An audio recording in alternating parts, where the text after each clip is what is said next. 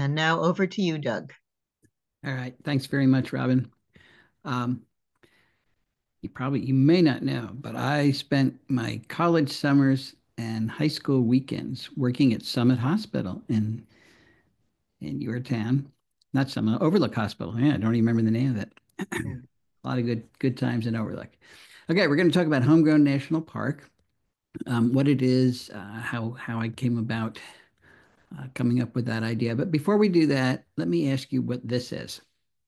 To me, it looks like a fecal sac. You know that birds, they don't want their babies pooping in the nest, so they've evolved a little sack, and the babies put their poops in the sack, and the parents pick it up and fly out and drop it, and it goes splat on a leaf.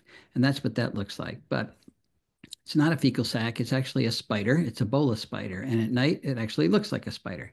Hangs from a leaf, and it suspends one strand of silk with sticky glob of glue at the end there, and it goes hunting.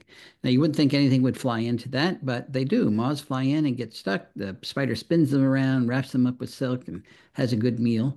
Then she catches another moth and has another good meal, and she cuts it loose. Then she catches another one, has another good meal. And when she's had enough good meals, she has the energy to make an egg mass. So this is a silken pouch with all the eggs in there, and that's how they spend the winter. And if hunting is really good, she'll make two or three silken patches in a row. The real question is, why are moths flying into that one target? You would think a net would be much better. And the answer is it's not by accident. She is actually releasing the sex pheromone of particular species of moths. So all the moths that fly in are males. They think that she's a female. She is, but she's the wrong species. And I wanted to know what species of moth the bola spider in my yard was attracting with its sex pheromone. So I unwound the little bodies underneath her perch there and found out it was the bronze cutworm. And we've got bronze cutworm adult males in our yard because we've got bronze cutworm caterpillars. And we've got bronze cutworm caterpillars because we have goldenrod, which is their primary host plant. We also have this beautiful moth, the dot line white, because we have oak trees, primarily white oaks, and because I don't rake the leaves away from underneath those oaks. There is a dot line white cocoon in this leaf litter, and I bet you can't see it. It's right there. There it is enlarged. And there's no way you're going to see it when you're actually raking leaves. So that's one of the things that we do when we rake leaves. We throw away an awful lot of life. I also have evening primrose moths because I've got evening primrose, which I planted to attract that moth. The moth does come and spends the day with its head stuffed in the flowers. Sometimes it's crowded, but it's always very cute. I've got zebra swallowtails because I planted pawpaws specifically to attract them. That is the only host plant of that caterpillar. It would take me a long time to describe all the species that are now making a living at our house. It would not take me very long to describe what's happening in a typical residential neighborhood. There is no goldenrod, so there's no bronze cutworm, so there's no bola spiders. There's no oak tree, so there's no dot line whites. There's no evening primrose, so there's no evening primrose moth. There's no pawpaw, so there's no zebra swallowtails. There's very little that can live in a typical residential landscape, and we've got 135 million acres of typical residential landscapes, and we are adding 800,000 new acres every year, carved out from our natural areas. And it's one of the reasons we see some pretty scary headlines these days, like the insect apocalypse is here, talking about global insect decline. North America's lost 3 billion breeding birds in the last 50 years. Just headline just the other day, 22% decline in butterflies in the US since the year 2000. Very rapid decline. Two-thirds of Earth's wildlife is already gone. 40% of Earth's plants face extinction. The UN is predicting 1 million species are going to go extinct in the next 20 years. And they made that prediction 3 years ago, so I guess the next 17 years now. Now, that's a prediction. Hasn't happened yet, although it's certainly starting to happen. But we have to make sure it doesn't continue because those are the species that run the ecosystems that we all depend on. But that's a lot of bad news mounting up, and it's why Elizabeth Colbert gets to write The Sixth Extinction, talking about the sixth great extinction event the planet has ever experienced. But of course, this is the first one being caused by a living being, and you can guess who that is. Our reaction to biodiversity loss has been it's been bigger reaction than I thought it would be. I actually didn't think a lot of people cared, but people do care, and scientists are actually studying what our reaction is. One of those scientists is Richard Hobbs, and he wrote a paper talking likening our reaction to the loss of biodiversity to the 5 stages of grief that we experience when we hear that we have a fatal disease. First, there's denial. There's certainly a lot of that out there. Anger, I feel that sometimes. Bargaining, maybe it's not so bad. We can do a little bit. Depression, I think we all feel that. And then stage 5 is acceptance. And this is where we have to push back because acceptance is equivalent to giving up. And giving up is not an option because we cannot give up on nature. It is essential to our own survival. So let's change stage 5 to action. There are things we can do to stop this nonsense. Now, we do have parks, we do have preserves. Our national parks, in particular, were established primarily to preserve their beauty. They're exquisitely beautiful. As a matter of fact, Teddy Roosevelt had a lot to do with that. And this is what he said. He said, the establishment of the National Park Service is justified by considerations of good administration. So Teddy's patting himself on the back there, as he should, of the value of natural beauty as a national asset, and of the effectiveness of outdoor life and recreation in the production of good citizenship. In other words, our parks were created because they were pretty places for us to play in. They were not created with conservation in mind. And it's one of the reasons we only have 3.6% of the U.S. in the national park system. Only 12% is federally protected. Now, we do have other protected areas, but federal protection ranks well behind many other countries. But again, we do have preserves. Why aren't they enough to preserve the amount of biodiversity that we need? In the past, we have thought they were enough, but there's a couple of reasons. And one of them, the biggest reason, is that they are too small. When you take a large area like this and you shrink it down to a habitat patch, and that's an exaggeration, you're taking large populations and shrinking them down to small populations. And that is what the problem is, because small populations are highly vulnerable to local extinction. Why? Because all populations fluctuate. In good times, they go up, and bad times, they go down. If you're a large population, that's what this top line is here. Even in your down cycle, there's enough individuals so you can increase quickly when times get better.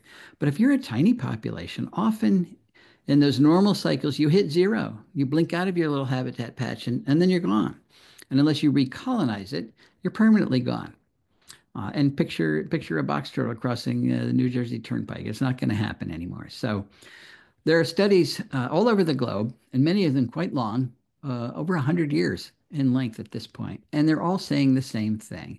We have not left enough natural areas on the planet to sustain the amount of nature that we humans need to sustain ourselves. Now, we tend to use extinction as a metric of trouble, but I disagree with that because that's like going to the doctor when you're dead. It's a little late. I'm going to suggest defaunation, the loss of the species that were once common that actually ran our ecosystems. Here's a good example, the American chestnut. It was the dominant tree from Maine, across the crest of the Appalachians, from Maine all the way down to Georgia. And then, of course, we introduced the chestnut blight and eliminated it in terms of ecological function. Now, it's not extinct. There are sprouts that come up from the old root systems, but it's functionally extinct. They're no longer performing their vital roles in the ecosystem. Rusty patch bulbul. Not long ago, it was one of the most common bees in the country. Today, if you find one, it's a big deal because they are on the brink of extinction. I've never seen one. So again, not extinct, but they're no longer performing their roles in their ecosystems. How about the American beaver? It's certainly not extinct, but when the Europeans came to this country, the hydrology of the entire country had been established by beavers from coast to coast. Well, we essentially trapped them all out. Now there are a few here and there, and in some places they're making a little bit of a comeback. But of course, if they act like a beaver, we tend to trap them again and move them someplace else. So the hydrology of the country is still pretty much totally changed. So defaunation, that's the reduction in the abundance of the species that are running our ecosystems. That's what the real problem is. It's local, it's everywhere, and we don't tend to notice it. We don't tend to notice it because of something called shifting baseline. We tend to think that the way things were when we were kids is the way they've always been and the way they always should be. That's normal to us. None of us miss the passenger pigeon, which was the most numerous bird on the planet. because it was extinct before any of us were born. So shifting baseline means that we are losing biodiversity that sustains us without even noticing it. We're born into a world that's defaunated, so that seems normal to us. And of course, if we don't notice it, we don't do anything about it. Edwin Waiteel said decades ago that we cannot make our world uninhabitable for other forms of life and have it habitable for ourselves. It's the most basic common sense. So what should we do? Well, there's actually some good news, and one is that the biodiversity crisis is now part of the global discussion. The UN has met twice about it. There was just a meeting last month in Paris about the biodiversity crisis, attended by every country in the world except ours, but they're talking about it. And of course, the UN it makes resolutions. We tend to ignore them, but at least they're talking about it. This was a headline that came out of one of the UN meetings. Crucial negotiations to protect biodiversity are moving at a snail's pace. So the remarkable thing is that we're negotiating whether or not we're going to protect what is essential to keeping us alive on this planet. How about E.O. Wilson, the late E.O. Wilson, very famous professor at Harvard, who was concerned about biodiversity his entire career. And concerned about it, not just because he loved it, but because he knew it was essential to our own survival. And in 2016, he wrote this book, Half Earth, Our Planet's Fight for Life. And he had one simple message. He said, if we're going to save life anywhere on planet Earth, something I bet everybody would agree with, we're going to have to save nature. We're going to have to save functioning ecosystems on at least half of the planet, or life will disappear everywhere. Very bold statement. He spent most of the book talking about the science that supports that very bold statement. And then he ended the book. He didn't spend a lot of time telling us how we were going to save nature on half of planet Earth. Of course, to a conservation biologist, that's good news. We'll just put half the Earth aside, and all those things that are in trouble can be in that half. We can be in the other half, and it'll be great. But half of terrestrial Earth is already in some form of agriculture, and I don't see that disappearing anytime soon. We've got 8.2 billion people in the other half, along with all of our roadways and airports and detritus. And we don't have a third half to put aside for nature. So how can we realize E.O. Wilson's dream? I actually think we can. I think we can. I think we must.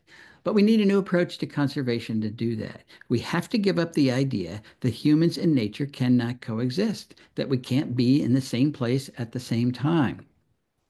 Not only can we coexist with nature, but I think that's now the only viable option that's left to us.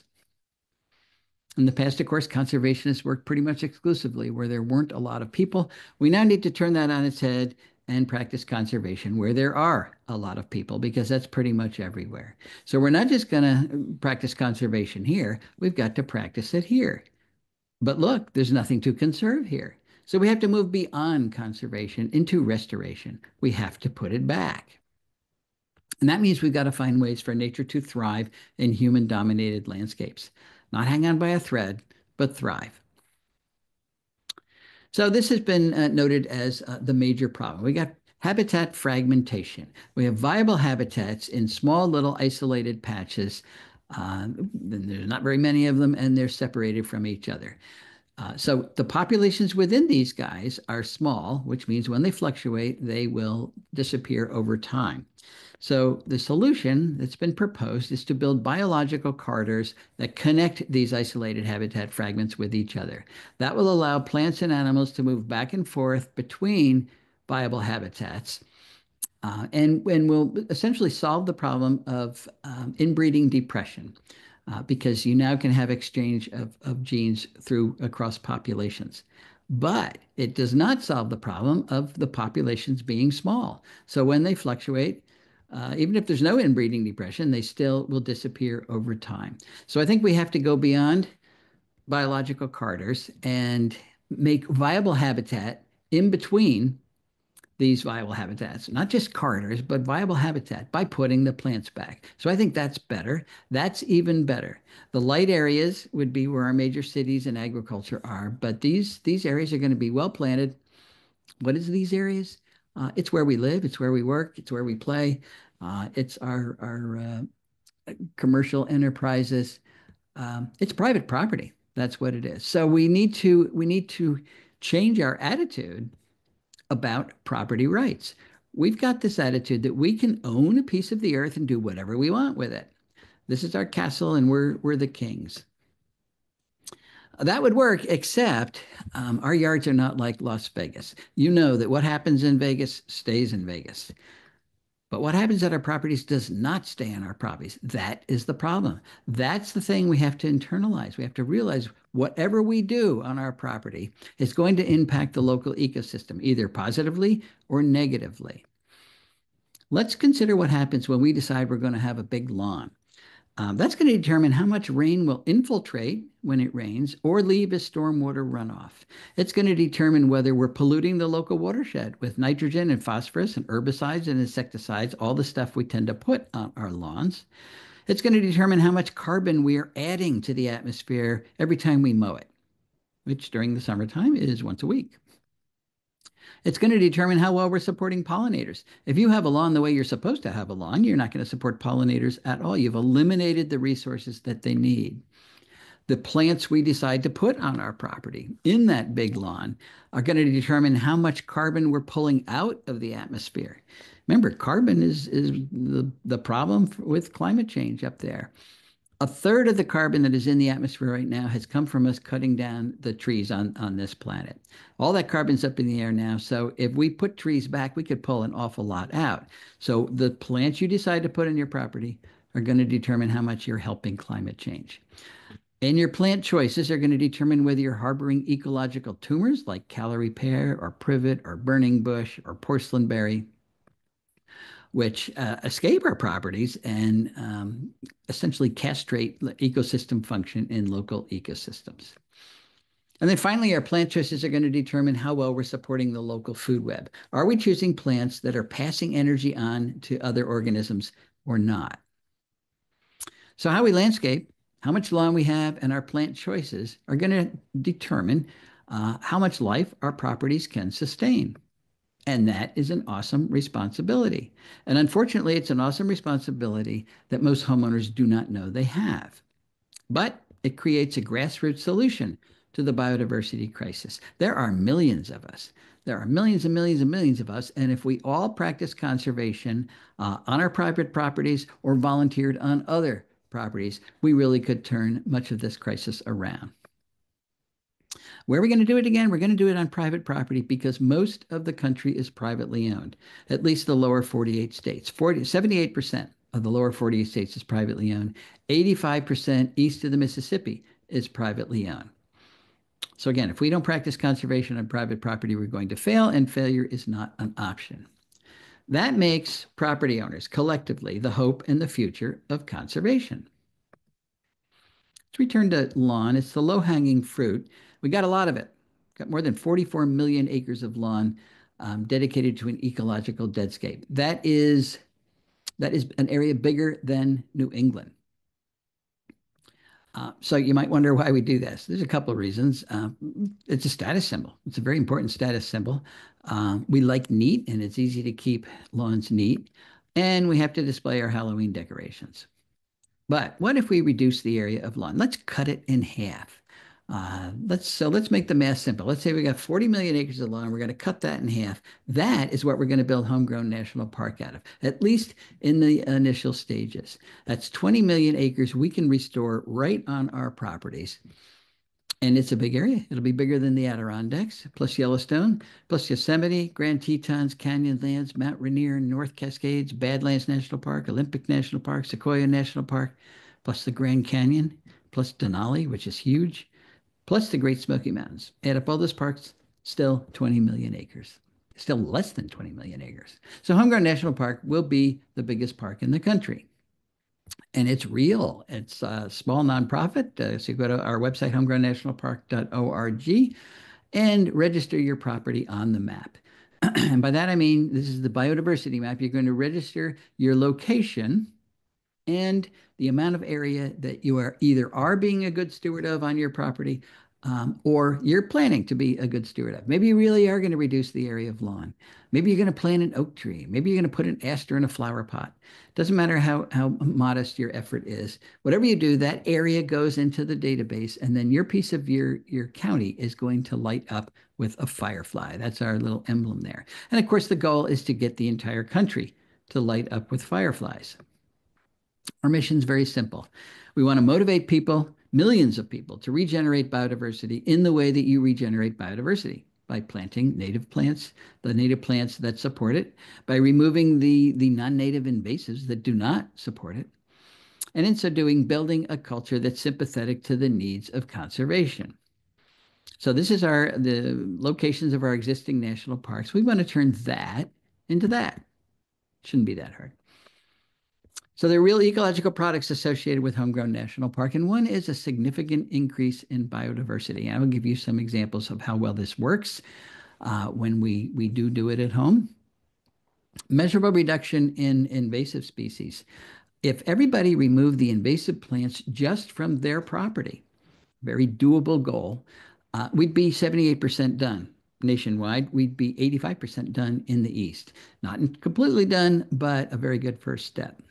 Significant drawdown of atmospheric CO2. If you convert lawn, which is the worst plant for sequestering carbon, into any other kind of planting, you're going to sequester a lot more carbon.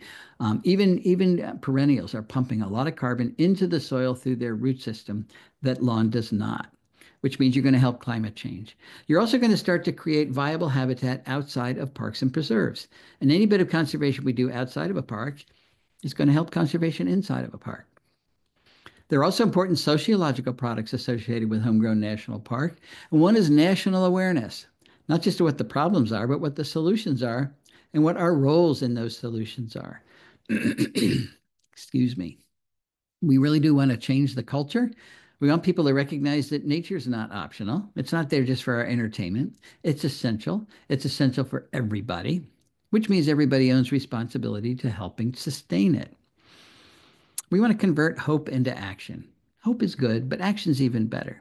And we want to merge existing conservation organizations like Audubon and National Wildlife Federation and Wild Ones and all the land conservancies out there onto one visual we call the biodiversity map.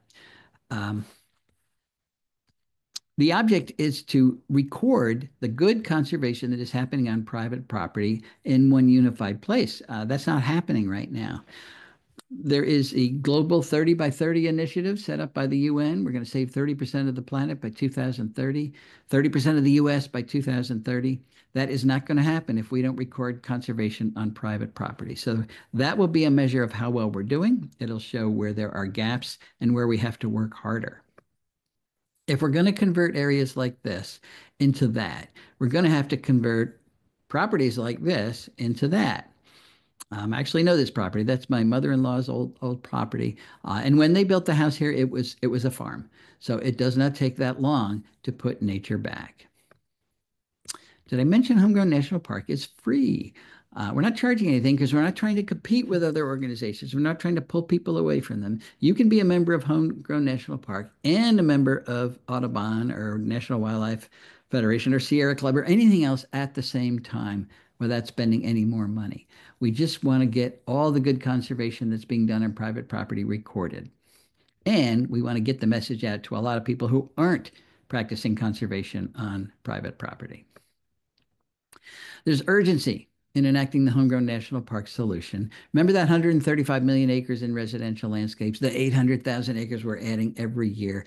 It's a big job. So we all need to get to work, but we have to understand what it is we're supposed to do in order to succeed. Well, there are 4 ecological responsibilities that every property has. Every property has to support a viable food web, or you don't have one, and then you don't have a functional ecosystem. Every property needs to sequester carbon. Every property needs to manage the watershed in which it lies. And every property has to support pollinators. Lawn does none of those things, which is why I pick on it all the time. Here you go. Lawn does none of those things. Plant choice. Plant choice becomes so important. This is burning bush, of course, highly invasive ornamental. The plants you choose are going to determine how much life you have on your property. There are three kinds of plants out there: plants that contribute energy to local food webs, plants that do not contribute energy to local food webs, and plants that remove energy from local food webs. The very best contributor in 84% of the counties in which it occurs is one of our oaks. They're contributing more energy to local food webs than any other plant genus by far. Good example of a non-contributor would be a ginkgo biloba from Asia. It's a good ornamental plant, has good fall color, but nothing eats a ginkgo. So it's not adding any energy to local food webs. And a good example of a detractor would be any of the particularly Asian ornamentals that have escaped and become serious invasive species. What they're doing is pushing out the native plants that contribute energy and replacing them with plants that do not. So there's a net loss of energy from that food web.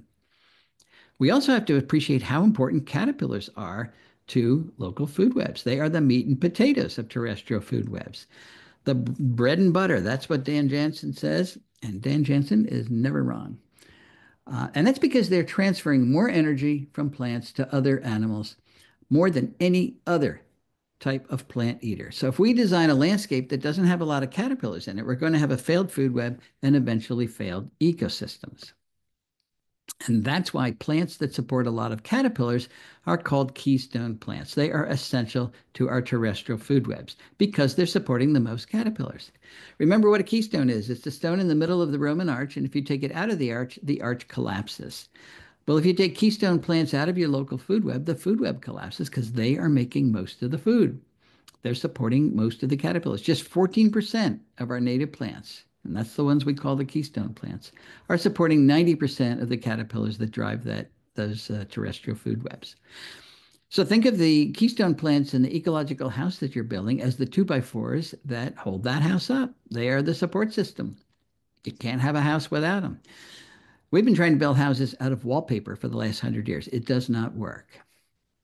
So how do you know what the best plants are where you live? You go to Native Plant Finder on the National Wildlife Federation website, put in your zip code, and the ranked list of the most important woody and herbaceous plant genera in your county will pop up.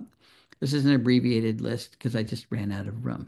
But the old excuse of not knowing what to plant is just an excuse now. Go to Native Plant Finder and you do know what to plant. You might wonder why we need these native plants. I mean, why doesn't ginkgo support caterpillars or some of the other non-natives? It's because of host plant specialization. 90% of the insects that eat plants can only eat particular plants. They can only eat the plants for which they have evolved very specialized adaptations, specialized enzymes that store and excrete and detoxify those compounds, behavioral adaptations and life history adaptations that minimize the exposure of those insects to those compounds. But it takes a long period of evolutionary history for those adaptations to fall into place. And once they do, the insect is locked into eating those particular plant lineages. So if you take that lineage away, you lose the insect. Let's use the monarch butterfly as an example. We all know a lot about monarchs. We know that they are specialists, host plant specialists on milkweeds. No milkweeds, no monarchs. And we know that milkweeds are toxic plants. They're filled with cardiac glycosides. Those are compounds that if you eat a lot of milkweed, it will actually stop your heart. Doesn't stop the monarch's heart, and they do have a heart, by the way, because they've got the physiological mechanisms for tolerating cardiac glycosides, storing and excreting and detoxifying it. But what about the sticky latex sap that gives milkweeds its name? You know, when you break open a milkweed vein, all this white goo comes out. And if you get it on your finger, you tend to wipe it off right away. But if you don't, if you let it sit there for a minute or so, it starts to gel. It turns into a chewing gum-like substance, and that's its defensive property. It glues the caterpillar's mouth shut.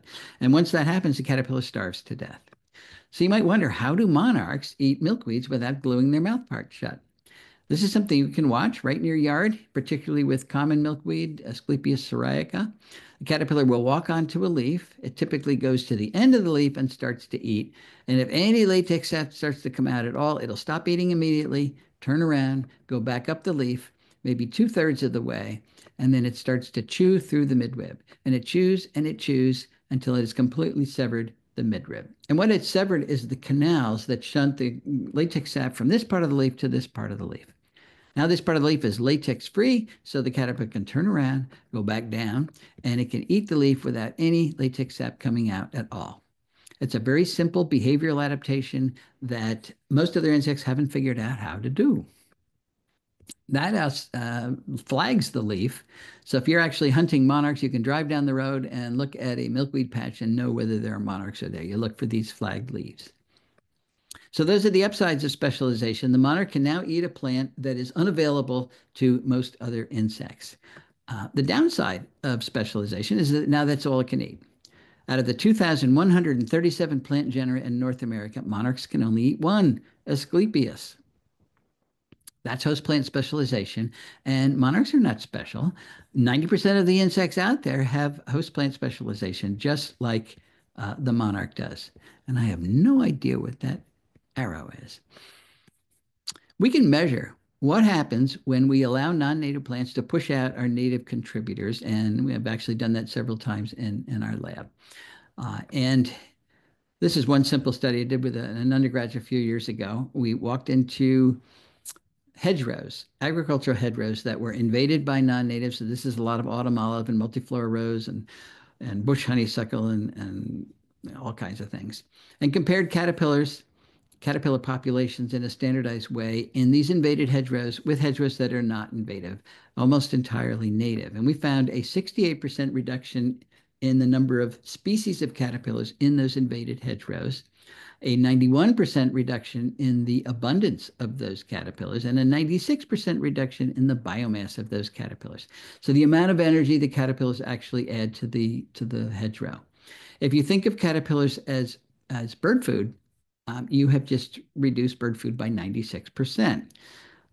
So there's a lot of reasons our birds are disappearing, but starving them is one of them.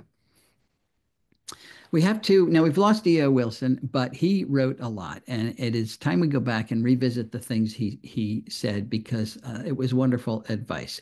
One of the things he told us is that insects are the little things that run the world. And in other words, life as we know it depends on insects. And if they were to disappear, so would most of our flowering plants. And if most of our flowering plants disappeared, it would so drastically change energy flow through our terrestrial ecosystems that the food webs that support our vertebrate animals would collapse. We would lose our amphibians, our reptiles, our birds, and our mammals. The biosphere, the living portion of the earth, would rot because we would have lost insect decomposers that rapidly turn over nutrients, and all we would have is bacteria and fungi. And of course, humans wouldn't survive any of those drastic changes. Insects are essential. Now we have to focus on which insects we need, actually all of them, but pollinators turn out to be really important insects. And we're pretty good. You know, the nation has recognized that we need pollinators. Everybody's building pollinator pathways, so much so that a lot of people think those are the only insects we need. We do need pollinators, but the media will tell you we need pollinators because they're pollinating a third of our crops. No, it's really about a 12th of our crops. And that is not the only reason we need pollinators. We need pollinators everywhere, not just in agriculture, because they are pollinating 80% of all plants, some of which are our crops, 90% of all flowering plants, some of which are our crops. But that's most of the plants that are out there. Losing our pollinators is not an option. We also have to respect the ecological value of the leaves that fall on our property. We tend to treat them as unwanted garbage. We rake them up and put them out on the curb as if they're trash. Big mistake. Leaves are protecting the soil moisture on our property, which is essential to the living things in the soil. They're recycling the soil nutrients, which is essential to the plants on our property. And there are a lot of things that depend on leaf litter. And the reason we tend to get rid of it is because we're worried that our perennials won't be able to grow through those leaves if we leave them in our flower beds. But, you know, who was raking the leaves before we got here? Nobody was. And there really were plants in North America. I read about it someday. So our plants are much better at getting through leaf litter than we give them credit for. Here's what's happening at my house right now. I've got tiny little violets, delicate little violets poking through This is shingle oak leaf litter that I did not rake. Here they are a week later. There they are a week later after that, and then finally they're all up. You never have to rake the leaves at all. Now we're talking about a normal layer of leaf litter, not 5 feet thick, but a normal layer. The plants are very good at getting through. We have to recognize how deadly light pollution is, particularly to nocturnal insects. It turns out it is one of the major causes of insect decline around the globe. And why not? We got a lot of lights out there. But this is a really, really serious environmental problem, but it has a really, really simple solution. We could turn those lights out. These are all the reasons that, or all the ways that lights are killing the insects, the nocturnal insects, particularly the moths that make the caterpillars that run our food webs. And the reason people don't turn the lights out, of course, is because they're worried about security. But you can put a motion sensor on your security light so that it only turns on when the bad man comes. And even easier, you can take the white bulb out of your security light and put in a yellow bulb. Yellow wavelengths do not attract nocturnal insects. You can go to the hardware store. They sell them. They're called bug lights. Makes people think they kill the bugs, but they actually save the bugs. If we were to switch out our white bulbs for yellow bulbs overnight, we could save millions of insects. And if we use LEDs, we could save millions of dollars as well. If you want more information about how to reduce the amount of lighting on your property, go to the websites of the Dark Skies Initiative people, the people that are trying to allow us to see stars again. But if we succeed in doing that, we're saving an awful lot of energy. They've got a lot of good suggestions about how to have lights, but you can direct the light beams down instead of up and out, and be secure at the same time. Mosquito fogging, booming business around the country. And the mosquito foggers say this is okay because they are fogging a natural organic product that only kills mosquitoes. You know, if that were true, I would hire them.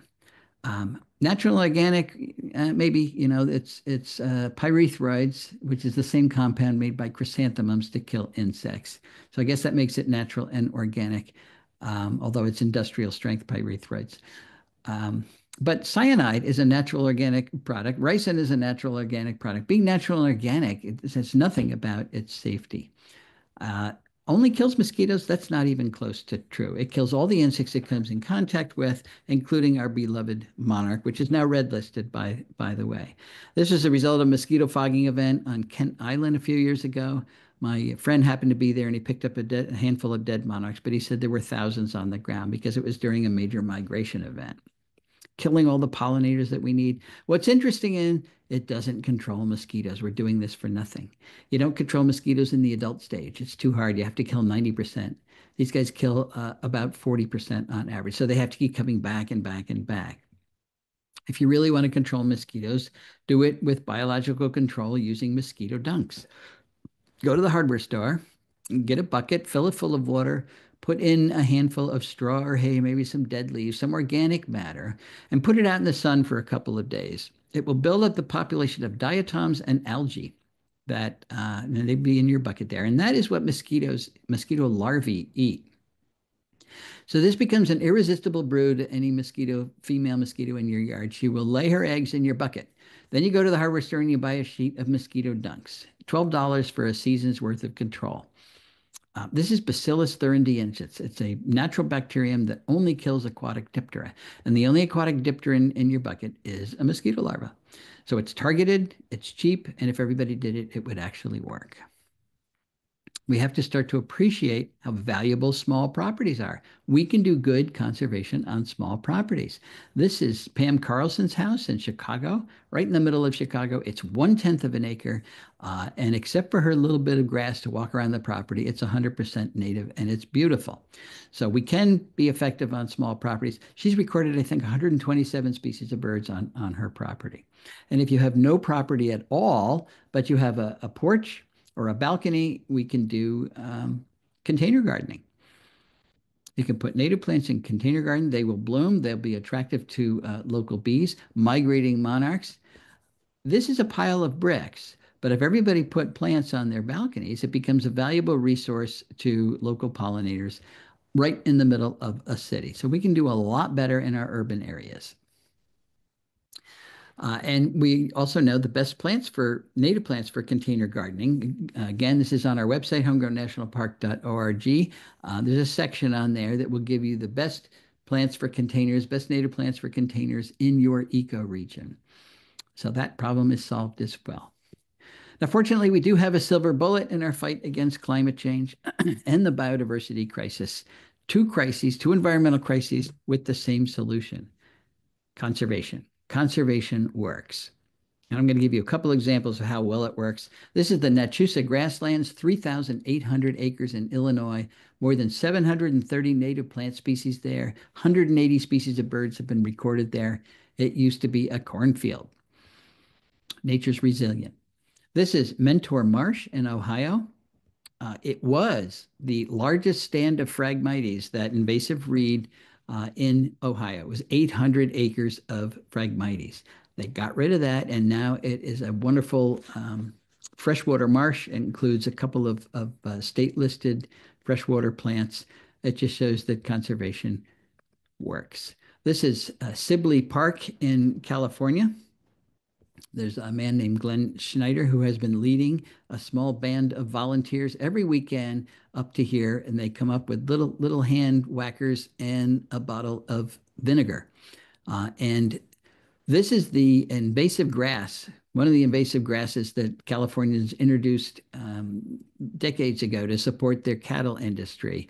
And now it's pervasive throughout all the mountains. So what they're doing is removing this. And when they do remove it, just by hand, this is what comes back. That's what's in the seed bank. Again, conservation works. And this is where I live, where Cindy and I live. This is what our house looked like when we moved in the year 2000. It was a farm that was broke up into 10-acre lots in Oxford, Pennsylvania. We got one of those lots, and our job was to restore it. It had been mowed for hay before we moved in. And when you mow for hay in southeast Pennsylvania, you're really mowing the rootstocks of all the invasive plants that are there. You're mowing porcelainberry and oriental bittersweet and Japanese honeysuckle and bush honeysuckle and autumn olive and multiflora rose. So when you stop mowing, that's what comes back. And when we actually moved in, that's what our property really looked like. It was just a giant tangle of Asian plants. So there's no restoration until we get rid of that. And I don't want to minimize how much work it is, but it is a lot easier when you get your spouse to do it. And when she's finished, you can put the plants back, which we have done. Now we're still doing. This is always a work in progress, but the question is, has life returned? When you put the plants back, does nature restore itself? Well, we're measuring life in two different ways: the number of bird species that have nested on our property and the amount of bird food that they nest with. In other words, the number of species of moths on our property. Moths, not butterflies. Butterflies are bad-tasting, day-flying moths.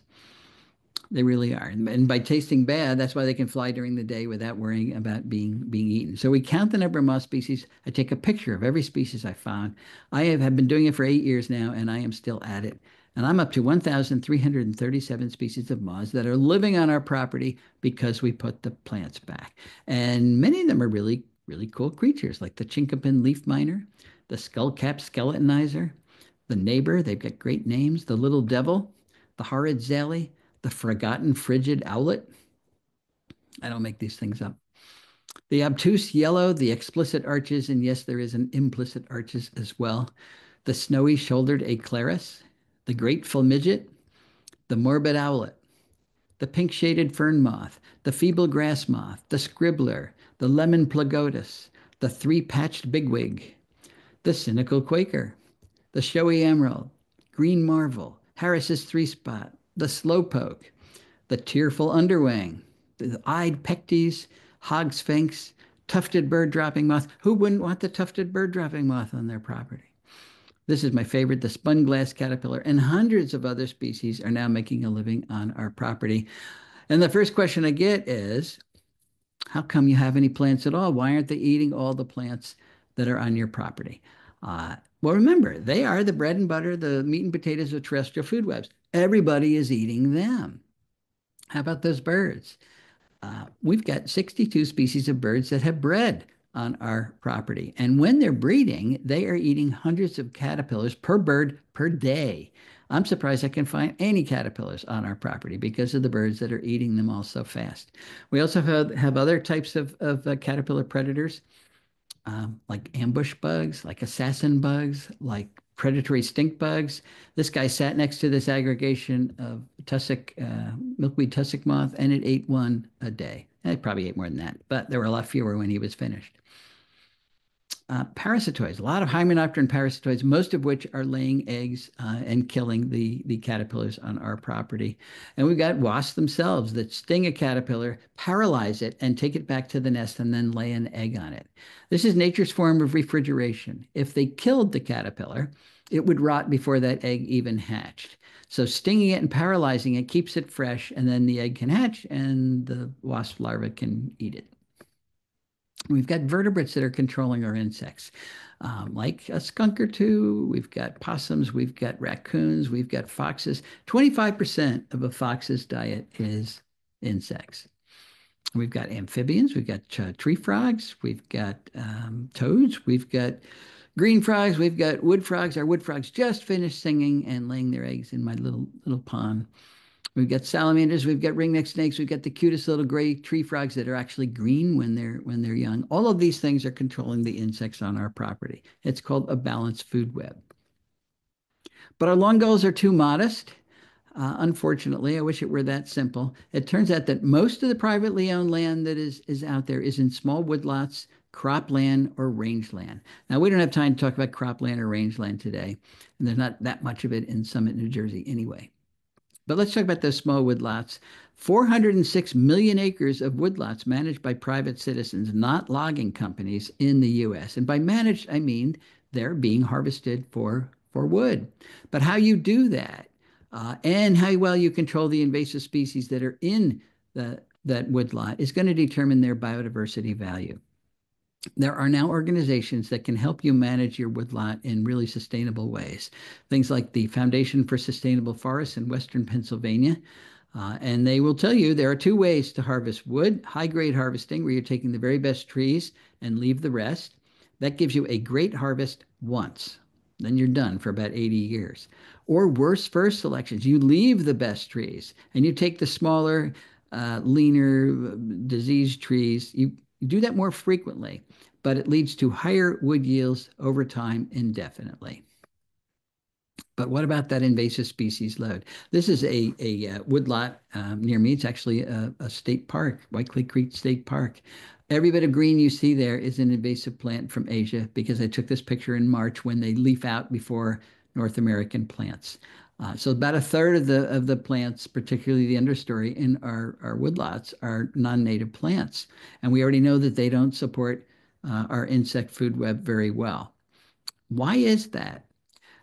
It's because of these deer. Now, we brought those plants in as ornamentals and they've escaped. But guess what? The deer don't eat them, but they do eat the native plants. Any little oak tree that pops up gets eaten by deer, but they won't touch the autumn olive or the multiflora rose. They nibble on it a little bit, but not close to controlling it. So, of course, that's all you have left.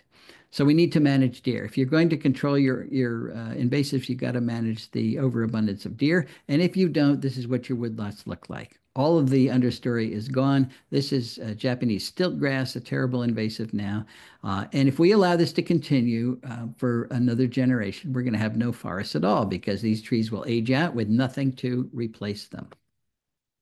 This is what a healthy understory looks like compared to that. This is the Great Smoky Mountains National Park. I went there 2 springs ago, and the first thing I noticed was this wonderful understory. So I asked the ranger next to me, "How do you control your deer?" And he said, "We don't control our deer." I said, "Well, how do you have all of this wonderful understory?" And he said, "Well, we've got black bears, we've got coyotes, and we've got bobcats, and we don't shoot them. And that's enough to keep the deer under control." So putting the predators back is an option in certain areas. But not controlling deer has also created another huge problem. That, of course, is Lyme disease, which I have had 5 times. It's a serious issue out there. So we need to control our deer. We can put predators back. We can hire sharpshooters. which will reduce the herd by about a half, which is not enough, and they're very expensive and people don't like it. Or Bird Blasi at Cornell University says we need to return to market hunting. Look at how well it controlled those pesky bison. Look at how well it got rid of those passenger pigeons. Market hunting works, but we'd have to change a lot of rules. In any case, we have to get serious about controlling our deer. And until we do, this is the way you garden. This way I have to do it. I've got to put a fence around everything I want, including my goldenrod, including those little violets I showed you, because the deer eat everything. Okay, there's something in common to all of these types of conservation approaches, and that is whether or not they succeed depends on decisions that you and I make. I had a student in one of my classes a few years ago, Amanda Crandall. Um, she was writing a final exam, and this is one of the things she said. While conservationists claim to be managing species and habitats, what we're really managing is people.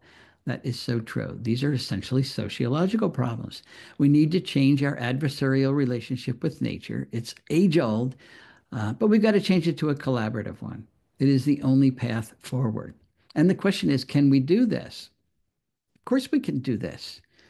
You don't have to save biodiversity for a living, but you can save it where you live. And if you do, it empowers you. More and more people are worried about the state of the planet, but they feel powerless. What can one person do? Well, one person can shrink the lawn, one person can modify your lights, one person can add a pollinator garden, remove your invasive plants, use keystone plants, fire your mosquito fogger. There's all kinds of things that one person can do to revitalize ecosystem function on their property, and then enhance their greater local ecosystem. And importantly, it shrinks the problem to something that's manageable for each one of us. Don't think about the entire planet's problems. You will get depressed. Just think about the piece of the earth that you can influence. If you own property, it's obvious. That's where you start. If you don't own property, help somebody who does. Help a land conservancy, help a park or a preserve. They're all underfunded. They're all understaffed. They will love you as a volunteer. Robert Swan recently said the greatest threat to our planet is believing that someone else will save it. It's not going to be someone else. It's going to be you. I'll help, you and me. So I hope Homegrown National Park provide the motivation and the guidance and the community for millions of people to tackle these really important conservation challenges. Because whether or not we do so now is going to determine nature's fate and ultimately our own. So thanks very much. There are the websites that I mentioned. You can copy them down as we answer questions. Okay, there were several questions during your interesting talk. I have a lot of the native plants you've mentioned, but have not seen the butterflies and moths that they host. In fact, I rarely see moths and butterflies.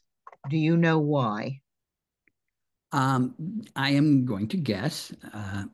Butterflies, of course, are active during the day, and you see them when they're nectaring. So if you have nectar flowers, you should be seeing some, although butterfly populations have been depressed in recent years.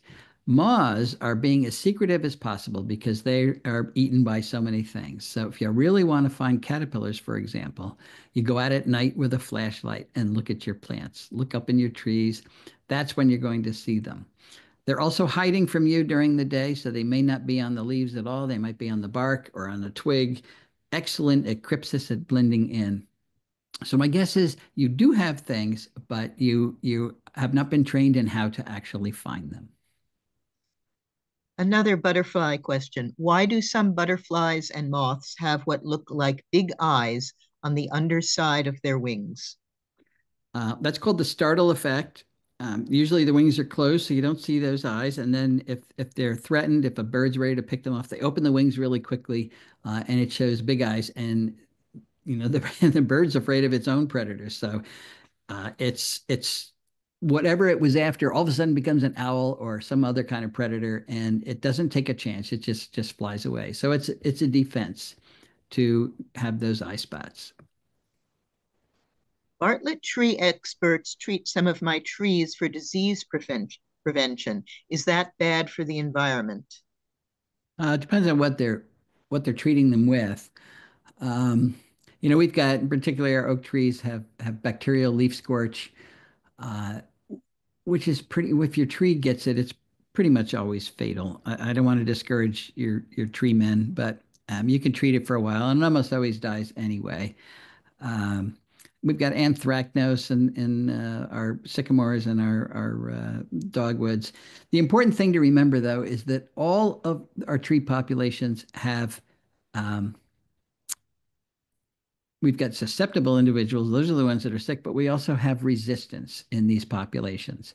So many urban foresters, for example, will say, don't plant an oak. It's just going to get sick and die. I say just the opposite, plant more oaks than ever. And we find out the ones that don't die. I've lost a couple oaks on my property, but we've got several that are perfectly healthy. And they're the resistant ones. They're the ones that will drop their acorns and have the blue jays spread them in the future. So we have to replace the susceptible ones that we're losing so much so quickly with the resistant individuals. So treating your sick ones is makes you feel good. It typically doesn't work. So it's up to you. If you're treating for emerald ash borer or something else like that, that's using neonicotinoid insecticides, which are systemics. They go to all parts of the plant. So there are times when that's appropriate if you're keeping a favorite specimen alive until biocontrol works. But keep in mind it does kill everything that comes to that tree. So there is an ecological trade-off. What is the best way to dispose of invasive plants? Most of them break down very quickly. What you don't now there's some exceptions, like Japanese knotweed. If you have knotweed and you pull it out and chop it up or something and put it in the garbage or put it out for just put it in the woods, a section of that plant as small as your pinky nail will start a new plant. So you have to. I would put it on sheet of black plastic, make sure it doesn't go anywhere, and just let it rot and die in place. But things like autumn olive and multiflora rose and oriental bittersweet and Japanese honeysuckle and bush honeysuckle, you can cut those things down. They actually break down very quickly. Our property was loaded, so we made big piles of it. And resprouting is not a big issue. Is there such a thing as safe spot treating crabgrass with herbicide? I consider herbicide like chemotherapy. It's a toxin that kills the crabgrass, and the same with any of the other invasives. But yes, you can use herbicides safely. You just follow the directions. The reports of Roundup causing cancer, if you really track it down, none of that's been proven, and it's usually misuse and overuse of those things. People not having proper protection, and they use them heavily every single day, usually farm workers. Um, so use it safely, and that's as little material as possible. So if you're going to, crabgrass is one thing, you have to spot treat it. That's right. Um, but if you're cutting a woody plant down, like bush honeysuckle, you saw it off at the base and then just paint the trunk, the cut area of the trunk with the appropriate herbicide, and you've got to kill the roots or it'll just keep coming back. There is a way to do it without herbicides, though, not crabgrass, but any of those woody invasives. You cut a square of black plastic, maybe from one of those heavy black plastic garbage bags, and put it over the cut stump and pin it to the ground with garden staples and leave it for a year. But what you're doing is preventing any photosynthesis of that stump, and that will kill it. And you've used no herbicide at all. Any suggestions on how to convince your neighbors that you are doing the right thing by reducing the lawn and leaving leaves on the ground? Well, I mean that's why I write my books and give these talks. It's not a soundbite. You have to start with why we need biodiversity and why what they're doing is killing it. And so it takes a little bit of education. I passed a sign the other day in somebody's yard. I actually took a picture of it, and it said, "If you spray for mosquitoes, or it says something like no mosquitoes, then no fireflies, no ladybugs, no hummingbirds, no songbirds. It lists all the things that you're going to lose if you're treating for mosquitoes. And then you say, do you really want that? And I thought it was a great sign because most people don't realize the consequences of some of the things they do, particularly with the false advertising that we have out there. When it says it only kills mosquitoes, you don't worry about that. So we have to get our message straight. Um, the best way to convince your neighbor is to make an attractive yard that they would want just because it looks good, and then you don't have to make a biodiversity argument. So there's your goal. Thank you very much, Doug. You're welcome. Good luck, everybody.